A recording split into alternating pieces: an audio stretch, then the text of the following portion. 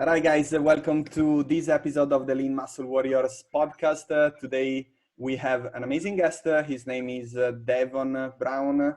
How are you, Devon, today? I'm doing fantastic, man. How are you?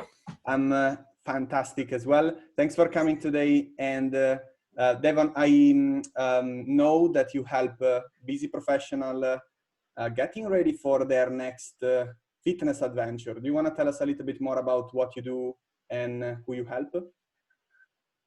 Yeah, so my official title is an adventure coach. I'm looking for people that, a lot of times we get so busy in today's world. We push hard, we grow businesses, we get kids, and then we notice at some point we're bored. Like, we're busy, but we're bored. So my specific thing that I help people with is to find adventure back in their life. Getting fit for fitness's sake is fantastic, but a small percentage of the population can actually do that. So I look for somebody, we kind of put a carrot on a stick and say, what would you like to do with your fitness? You don't have your fitness yet, but when you get it, what do you want to do with it? So we kind of focus on that, and our crazy members have done everything from hiking like Kilimanjaro to doing a 10-day hike through the Grand Canyon. But then we also have some smaller ones where, like, things that we don't think of as an adventure, like getting married is an adventure, taking on a business venture, that's a separate adventure. And you may not think that's a fitness thing, but if you're going to get an extra business, you're getting ready to work an extra 20 hours a week on top of what you currently work. So if we can get you healthier, sleeping better, getting better nutrition in you, you'll have a better business. So we kind of look, adventures are easy to say, vacations and cool races, but really we look for kind of people that just want to go attack something. I see.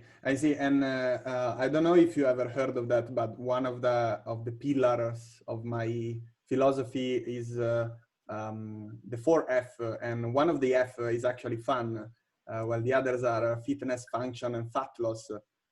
So my idea is that people like these 4F, but with different percentages depending on what they're currently working on or their stage in their fitness journey. But I like the fun part, because some people they actually forget about this, and this fitness thing becomes quite of a serious thing with percentages and RPE and RIR. So I really like this approach, and I'm curious. When did you decide to become a coach? When did you find out about this passion and this job? Okay, yeah. So I've been in fitness my whole entire life. Like, I played basketball at a small college. I graduated, and then I worked for YMCA immediately. I did more programming, so I was more in the path of wanting to run gyms. My job prior to this is I ran a mega club that had about 7,000 members. Wow.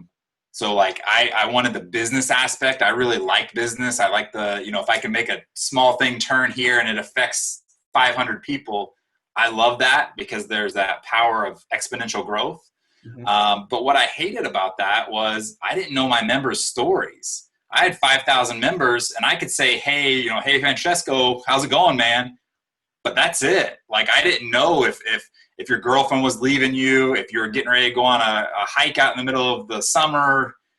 I didn't know anything about you. So I left when I've got a son that's now 8 years old. I left and went and started my own brand.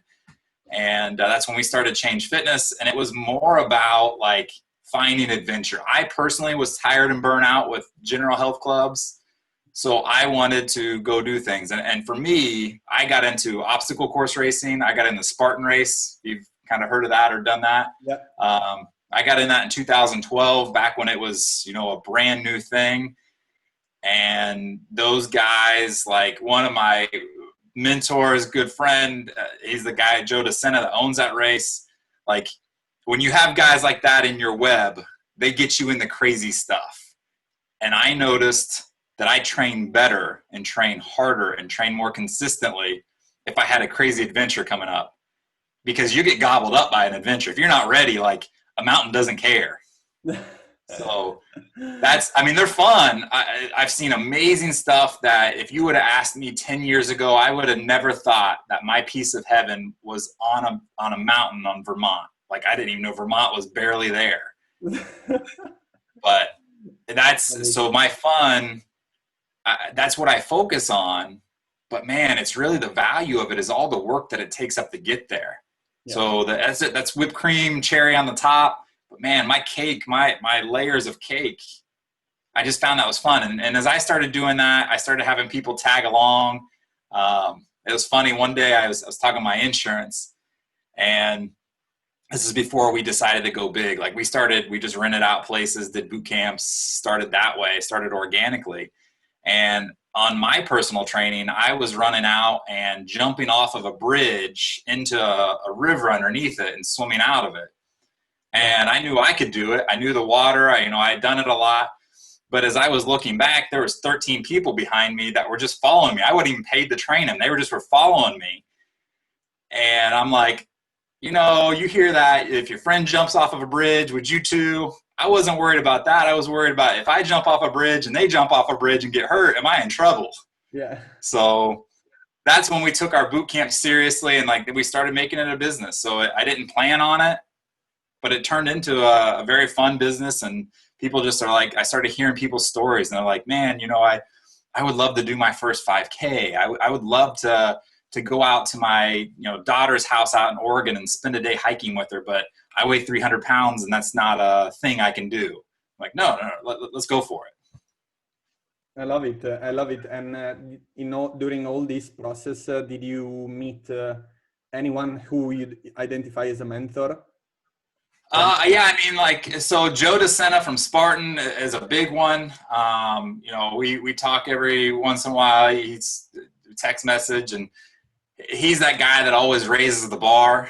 I wasn't a runner. I was a basketball player, so 5K seemed like forever, and then I did that, and then 5 miles, and then 13 miles, and then I did his death race a few years ago. That's 70 hours of torture, and each time I elevated my bar, it's because that guy does it. That guy walks the walk. Yeah. Not only in business, but he's done some cool eco challenges and things like that. So when I'm like, man, 50 miles, I'm at the pinnacle. He's like, no, that's a small mountain. Come on to the next mountain. Yeah, I really understand this because I've been a professional swimmer most of my life. And I know for a fact that whenever you find someone who is better than you, it not only becomes motivating to do better, but it drags you in this process of growing. It's just like thinking, okay, if he's doing it, I can do it. Or at least I'm just gonna try to get very close to him. So yeah, I agree, and I love that. And yeah. Well, ironically, before I forget, so I was a better swimmer than I was a basketball player when I started high school. But here they're in the same season. Basketball and swimming share the season. Yeah. So you have to choose. And I was like, man, I can go play basketball in front of 10,000 people, or I can go swim in front of 7 moms. And the whole, I didn't like the Speedo anyway. So I was like, basketball's the easiest choice. Yeah, and I have to say, swimming is not fun. No. Yeah, swimming is I have a few athletes that swim, and I think swimming, Joe thinks that wrestling's the hardest sport there is. I think swimming is, because we had a friend that had a full ride scholarship to the University of Hawaii, and he's like, you know what we do? We go sit in a chlorine pool and watch the same black line on the ground and do flip turns every 25 yards or every 50 yards, whatever your pool length is. But your skin itches, your hair is always dry. Oh, swimming's rough. If you want mental toughness, go be a swimmer. Yeah, and you know what? The thing is that swimming is such a high volume sport. So it's normal for a swimmer from a very young age to train 2.5 hours multiple times a day. As well, you see college swimmer, they go and train I actually had an interview when I was 19 with the University of Gainesville in Florida. And yeah, I remember that it was a big thing. You go training from 5 a.m. to 7 a.m., go to class, then come back, train. And in Italy it was similar, but it was not so integrated in the culture. It was more like, okay, if you are really good that you could possibly go to the World Championship or the Olympics, then you might go training in the morning, but normal, like the average swimmer only train in the afternoon. But yeah, many people, like famous people who actually won World Championship or Olympic medals, they found themselves depressed because all you do is that you spend most of your life with the heads underwater, looking at the black line, staring at the black line on the at the bottom, and you don't have much chance to connect with other people. Whether when you go running or you go playing basketball, at least you can connect with your mates and play some jokes, or I don't know, engage with little, you know, camaratism situation. So yeah, it's different, but yeah, great that Well, you one of my big adventures coming up is a 1,000-mile triathlon. It starts in Florida and it ends in like Alabama or Georgia, and it has a 15 or 16 mile swim in it on 1 mile loops. And so like I've got to swim, and for here in the Midwest, that means I got to go spend 2 or 3 days a week in a pool. And I'm just like, like this is my.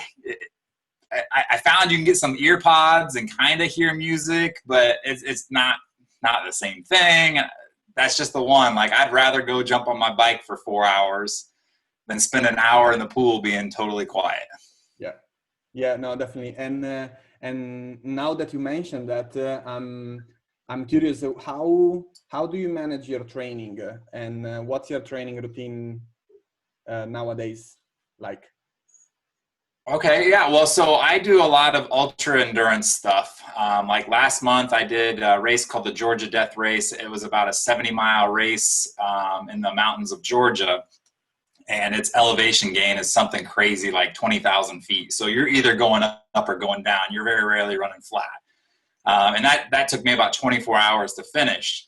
So my training, usually people look at that and like, gosh, you must train all the time. And I do train a lot. Number one, I try to sneak my training in with clients. So like when we're doing general warm-ups or stretching or active recovery, I'm doing that with them because that's a good way that I'm not cheating them of their time, but I can constantly work on recovery for my body. I lift heavy 3 to 4 days a week. I think a lot of ultra athletes don't look at weightlifting, or they do extremely high reps because it helps their sport. I do pretty heavy lifting because I want to protect my joints. Like that's the thing that when you run 20 hours on your feet, your knees, backs, and hips and ankles are just going to get destroyed. So I try to keep a pretty heavy deadlift. We do a lot of Bulgarian split squats. But in my weightlifting, I like to go heavy so that I never need to deadlift, 250 pounds out on the mountain, but my knees are healthier. Mm-hmm. As far as like cardio goes, I do swimming on Mondays and Fridays. Good way to start and end the week, not too hard in volume. I run probably about hour-long sessions another 3 times during the week.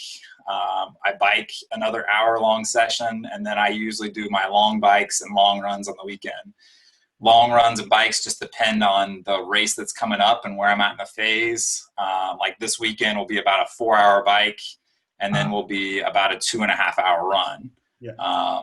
Right before like the 1,000-mile triathlon, those will be a lot of like 6-hour bikes followed by 3-hour runs on Saturday, kind of leading up to that. Just to like triathlon, you got to get your butt ready for the seat. You got to sit on a seat for so long. You have to have strength. You can get strength running, you can get strength swimming, you can get strength biking, but your butt, that's where it hurts. You got to sit on a seat.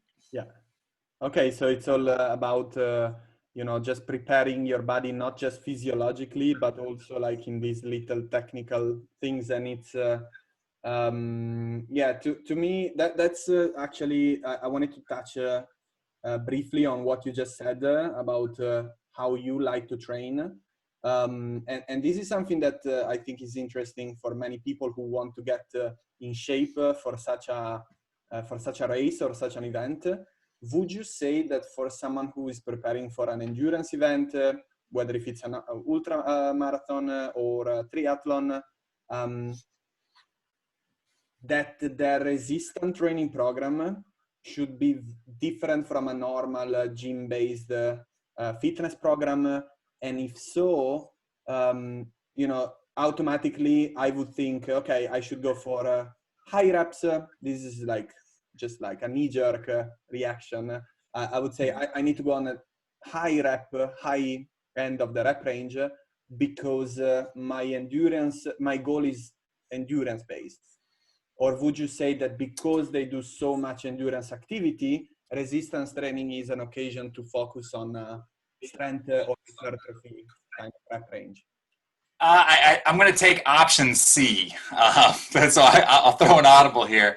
The big things for me, number one, I'm 6'2", 200 pounds. So I'm a big endurance racer. There aren't many guys like me. Usually an endurance racer is like 5'3", 135 pounds. Yeah. So number one, my joints take a bigger pounding regardless of anything else. So when I lift heavy, I go like 5x5s or, 3x6s, 3x8s. I go heavy because number one, I want a strong neuromuscular system. I want to benefit from my central nervous. When you do ultra events, that is a system that I think a lot of people don't think about that gets wrecked. If you go run 3-4 hours, your central nervous system is going to be destroyed. So you can't get central nervous system response from doing 15 reps. You have to be heavy, big movements like deadlift, squats, those complexes. The other, and plus I need to get it in a short time. I mean, my weightlifting sessions aren't hour-long blocks. They are 30-minute blocks. So I need to get it in and get it done because at the end of the day, I'm going to run a lot. So I need to keep a good high aerobic base. The other thing that I would do, or that I focus with athletes on, is we do a lot of injury prevention weightlifting. So it's a lot of those awkward lifts like adductors, abductors in your hips. It's a lot of like banded work. So it's not even weightlifting in a traditional sense. It's a lot of these weird, 30-minute long workouts where you're using a foam roller, but instead of it rolling your muscles, you're swinging your hips from side to side and doing bridges. And that to me is injury prevention. So I lift heavy where I can, short sessions. And then I have one or two what I consider joint maintenance things so that things don't break down. Okay, and you do all this in sub 40 minutes, which is quite short. Yeah. So again, like I do heavy weights 3 days a week, 30 minutes, and then I would do an injury prevention session about 30 minutes once or twice a week, depending on how my body's feeling. If I start to feel it in my hips or something, I'm going to do a little extra. To take that on. But I don't, I think a lot of people think like, hey, I'm going to go run a lot, so I need to lift like 25 reps. 25 reps is nowhere near the 20,000 steps you're going to take in the next 2 hours. So I don't see much of a value in that. Like it's great. I did 45 reps and I'm going to go out and do 3,000 in my leg. They don't translate. So you might as well make your muscle as dense and as your joints as strong, because you know what will stop you from finishing a race is knee pain. So that's my philosophy. I am 100% sure that in your experience, you met someone who told you, man, I need to run a marathon here. I don't need to become Hulk. What would you say to that? We always talk about injury. Number one way not to hit your goal is getting hurt. And you know what? If you're gonna get the volume in on your legs, you want to make sure you don't hurt. Most runners are always hurt. Always hurt. And I'm like, that's just because all they do is go run and they go in the weight room and they do 50 reps on a set. And I'm like, they're just getting hurt. So we want to make sure you lift heavy so you don't get hurt. We also want, look, I'll be honest. A lot of ultra runners, a lot of marathon runners, they have phenomenal legs and a little pot belly on them and tiny, thin, toothpick arms. I'm like, that's good for them. They can do that. But my people, Me personally, I want to be able to run 6 hours and I want to look good in the suit. That would be the magic spot, yeah. And Yeah. you know what? It's so interesting because you actually don't get huge by just working on strength on hypertrophy per se. Yeah. It's also due to your intake, your calorie balance, and you know, as well, like just from working on the strength range, you don't necessarily elicit all the mechanism to become bigger. You might just increase your strength and increase your, as you mentioned earlier, your central nervous system, and yeah, your movement pattern becomes better, so you are able to lift a heavier load, but you don't necessarily get bigger. And swimming and running or you know, cycling are all sports where even 1 kilo or 2 pounds increment in body weight will have to be justified by an improved performance.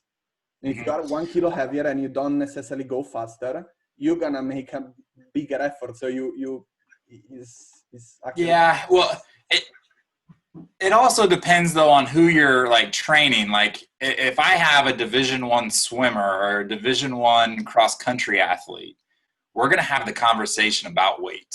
It's strength to weight ratio, because at the end of the day, they have a chance to win. Like their livelihood is dependent upon that. That is not to be confused with. They are not the healthiest people. Professional athletes are often nowhere near the healthiest people because their performance on the field is dictated by something like weight. The people that I train, I don't have guys that are winning checks from, you know, doing an ultra race. I have guys that are, you know, they run a strong business. They you know, work 40 to 60 hours a week, growing their own empire or directing their life. And they just want to make sure that A, they're not the last guy. And most importantly, they are not out there getting destroyed, hurt physically. So when I have those kinds, it's different. Like for me, like I race, I usually walk around, again, about 6'2", 200 pounds. That's when I'm not. Now, when I lean out right before a race, I'll drop down to 185 because I don't want to carry that 15 pounds of water weight, loose weight stuff. But like if I wanted to be a professional athlete, even at my height for triathlon or something, I'd have to get down to like 160. And at 160, I'm going to lose so much muscle mass that like that's why those guys are always hurt. I want guys that, again, they're not going to win anything. They're just going to get it done. Like getting it done is the big thing. So carrying an extra 15 pounds, if it's muscle and it's, you know, it keeps them from getting hurt and they look better in a suit. Yeah. Great. It costs you 10 minutes on your time. Nobody cares. Yeah. Yeah. And I agree. Like you always want to look at things that, everything has a cost, right? Whatever you decide, however you decide to invest your time and energy and money, you have to look at the outcome as well.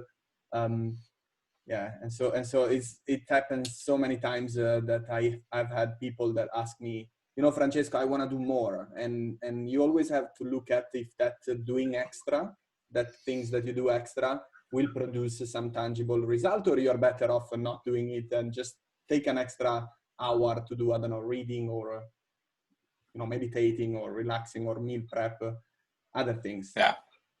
Well, it's like bodybuilding. You know, I assume you're pretty familiar with bodybuilding cycles. That last cycle before a show, there's nothing healthy about that. Losing that much weight and getting down to that low body fat percentage looks amazing on stage. You look like you are the healthiest person in the world. But we all know in reality, you can barely do 20 push-ups because you're so exhausted. Yeah. You're calorie deficient. Yeah. So yeah, that's more of my guys. We have the conversation. I don't have guys that compete now. It would be different if I had somebody that could win $10,000 on a bodybuilding competition, then I would agree that's an important cycle. But for mine, it's, you know, hey, how can I get closer to that? But I don't want to like feel like I'm the Walking Dead. Like, great. Yeah, and it's so funny because as an online coach, You get, of course, you get to show what you do on your social media. And sometimes people have the wrong perception because they think that you train people and coach people exactly how you train yourself. But a great coach always can understand the situation and create a training program or nutritional protocol or both that it is tailored around the individual circumstances. So yeah. Just because I do crazy long races doesn't mean I have a lot of clients that their first, their thing is doing a 5K. Yeah. Or, I had one lady that she worked in an office and she's about 15 flights up. Yeah. And she took an elevator and she said, you know what would be cool is if I could walk up and down the stairs 15 flights and not die. I'm like, that's a cool adventure. Like, we'll make that a day on February 28th, you're walking up and down those stairs. Let's train for it now. No. So yeah, I get it. A lot of people though, like she originally talked to me, she's like, her husband referred her over and she's like, oh, you're not the guy for me because I will never go run in the mountains. And I'm like, cool, your adventure and my adventure don't have to be the same adventure. All we have to agree on is that you want to go on an adventure and we decide what that is. Amazing. I love that. And talking about the people you work with, you mentioned that you work with some very busy executives or just busy professionals in general. And I'm curious, in your experience, how would a busy professional be able to implement a 5-minute action to start changing, like this week? Okay. Yeah. Yeah, well, so the nice thing about entrepreneurs and executives are they're driven, they work all the time. So often they tell me, hey, I don't got time to get better. I'm too busy. Yeah. So we'll do something. One of my favorite things, one of the questions you had sent me earlier was what purchase of $100 or less has impacted your life? I'm going to cheat a little bit. I'm going to bump that up to $200. I was trying to see if I have mine around me. Yeah, I got mine here. I love my GoRuck pack. If you're not familiar with GoRuck, they have a bag called a Rucker. It's about $185, I think, but it's just a backpack that's you're like, man, I'm going to spend $200 on a backpack. No. You got to look at it as a piece of equipment. It is a backpack that has, phenomenal stitching. It's not going to bust. You can load up 80 pounds in that backpack and it's not going to bust. I've taken that backpack on hikes up mountains. But it also has handles on it. I can use it. I can put weight in there and use it for rows and presses. And so a lot of my guys, I get them to get that backpack, that GoRuck backpack. And then we start doing things like you put that in your office. Great. When you have 10 minutes between phone calls, put that backpack on, go walk down the stairs, walk back up, put it down.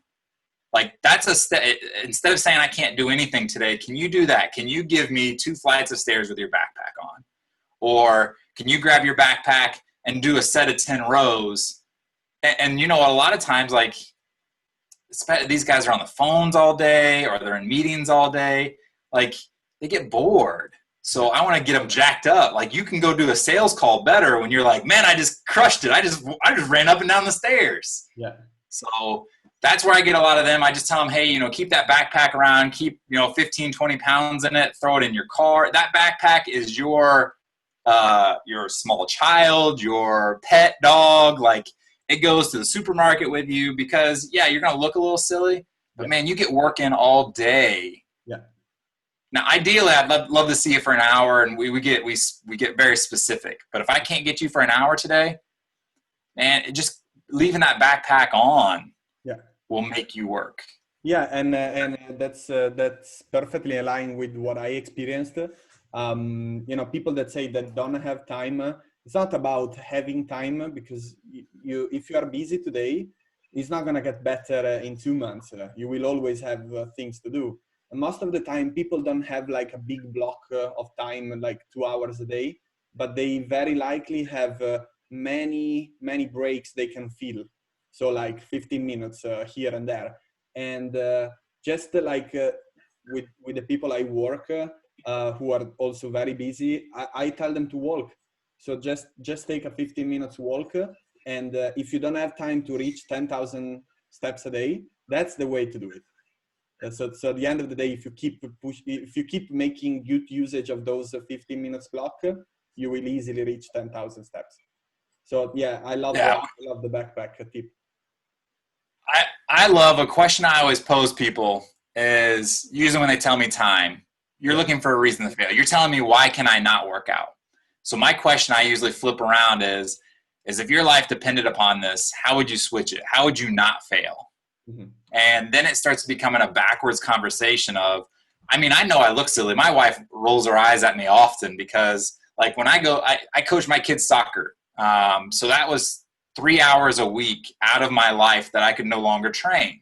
And it happened to be in when I normally train. So I want to be active on the field, but as a coach, I'm just talking 5 and 6 year olds. I'm not going to get a workout.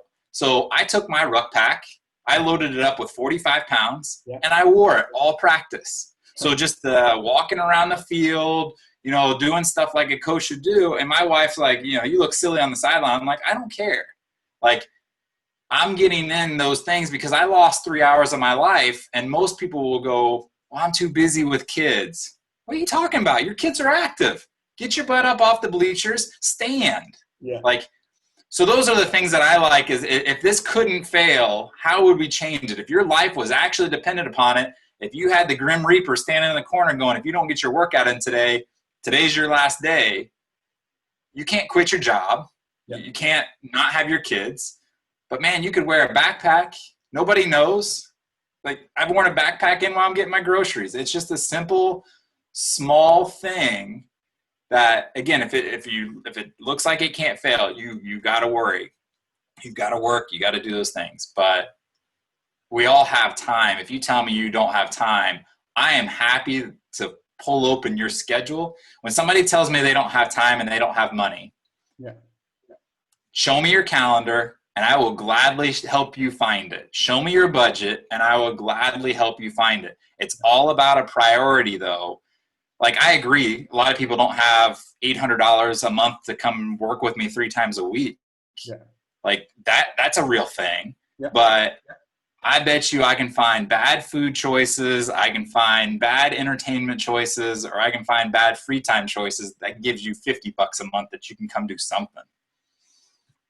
Yeah, absolutely. I completely agree. And, you know, going back to your tip of the backpack, are you familiar with Dragon Ball? No. Okay. So it's a Japanese, like, sort of cartoon movie. Very popular here in Europe, for sure, in Italy, for sure in my generation.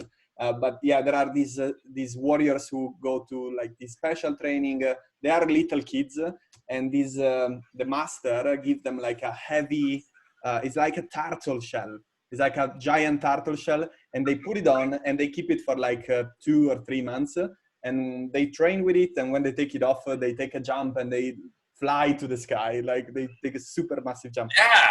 And that's pretty much the same principle. So yeah, Dragon Ball Goku would agree with you. Yeah, well, we talked about mentors. So Joe DeSena from Spartan Race, he carried a kettlebell. I don't remember what it was, 35, 40 pounds, something like that. He carried a kettlebell for an entire year. I think he ended up a little short, but he just took it everywhere with him. You know how much hand strength and back strength you build carrying a kettlebell around?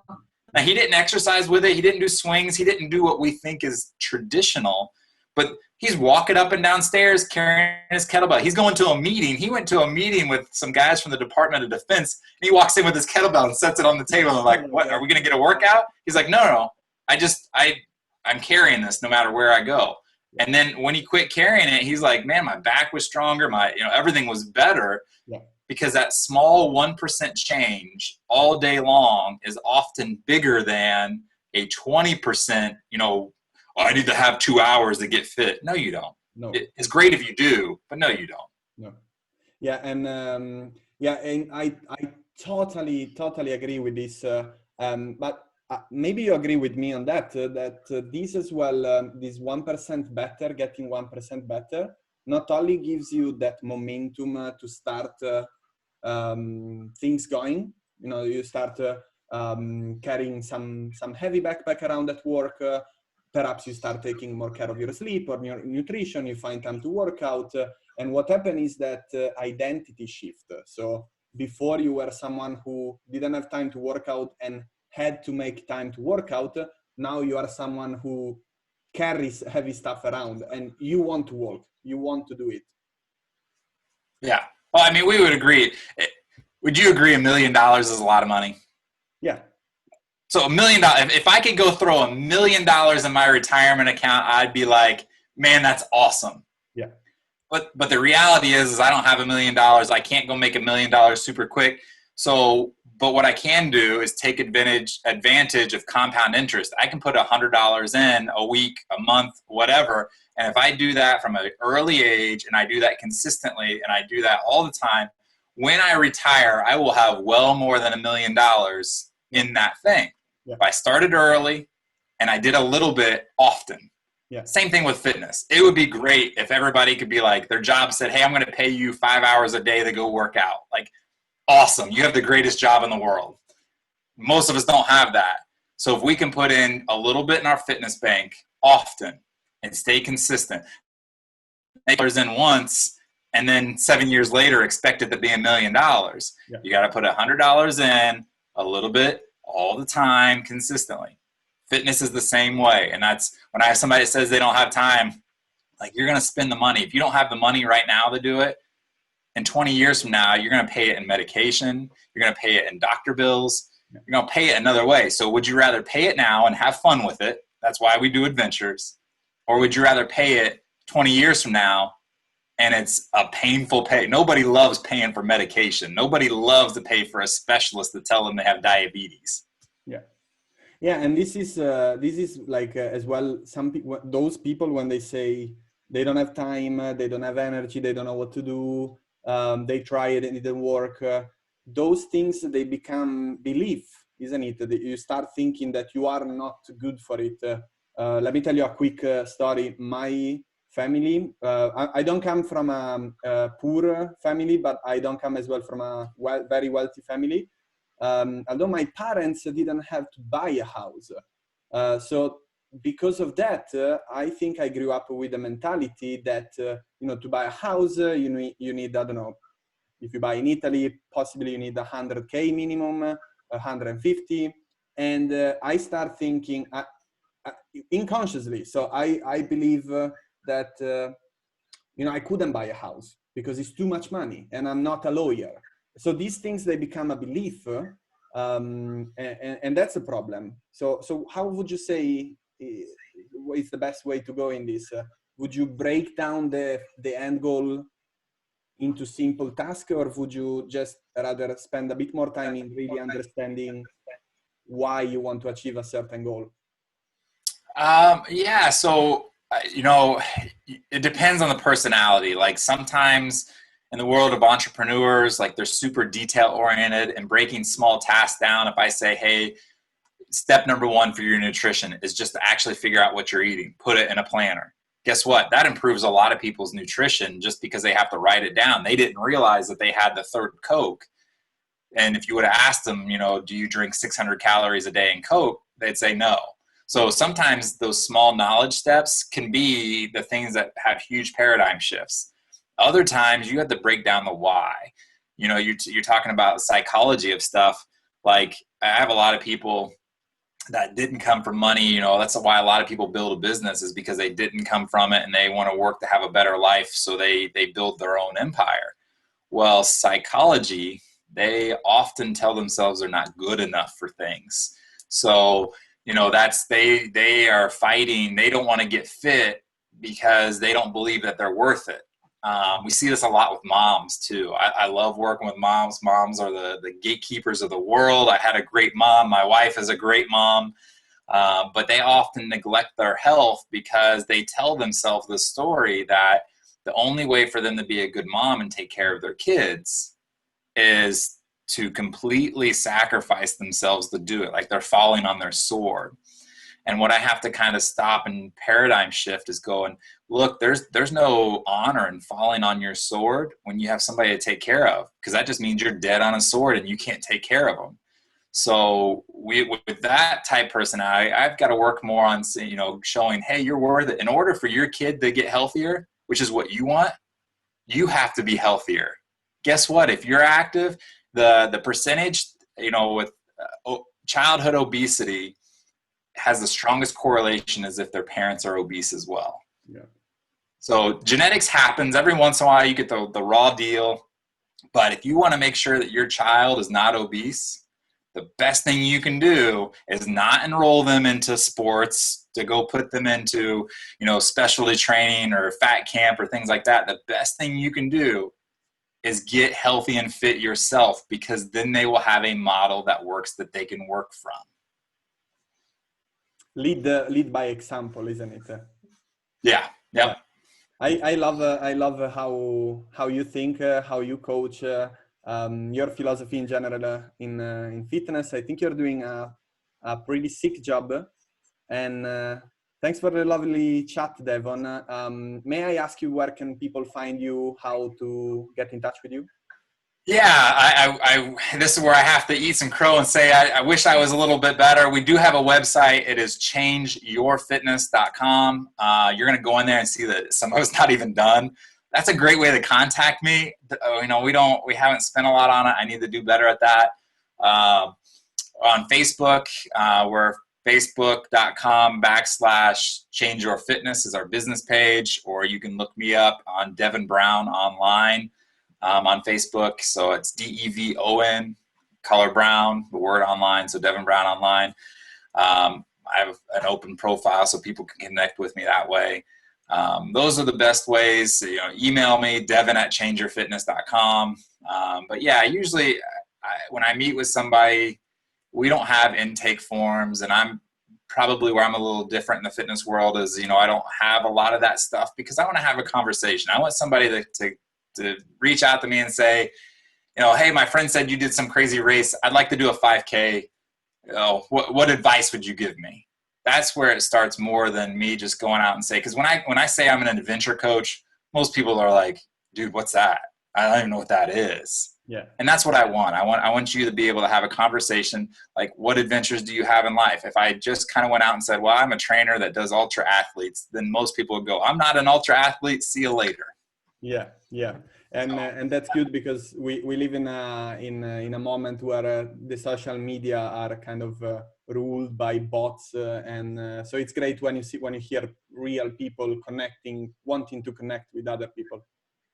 Yeah, that's why I left the big club. At 5,000 people to be responsible for was great, and I took that responsibility very seriously, but I wasn't impacting them. So I have in my world, I like to keep around 100 clients. Yeah. And those are people that I know their kids, I know their business. So when they don't show up for 3 weeks doing their training online, and I'm seeing their logs, it gives me something. Like, instead of me just sending a thing like, you missed another workout, mine's like, look, man, I'm gonna get a plane ticket and show up to your business with my rucksack.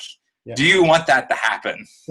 And then most of the time they're like, no, like, no. So it's always hilarious when I talk to somebody's, secretary or their assistant, or I get, I call their home phone and they're like, how did you get this? I'm like, look, you made an investment in me. That's what my service is. Fitness is tough. Life is tough. We get off. Yeah. If we find an adventure, it's more fun to train for. And then me personally, the people that I connect with, I want to connect deeply with, because I want to know when your girlfriend left you, when your dog got hit on the side of the road, because that's gonna impact your fitness. Yeah. You're gonna not want to do those things. So if I can, I can't make a dog come back alive, but man, I can open up my calendar that I used to talk to your dog every night before you went to sleep. I can set up some time on my calendar for, just to touch base, because I know that you've lost that. Yeah. I love your work, and thanks Devon for being here. It was such a lovely chat. Guys, go and hit Devon on his social media profile. You can find him at Devon Brown on Facebook. I'm just gonna share the link in the description of this podcast. And for today is everything. We're gonna talk soon. Ciao, ciao. Awesome. Bye, Devon.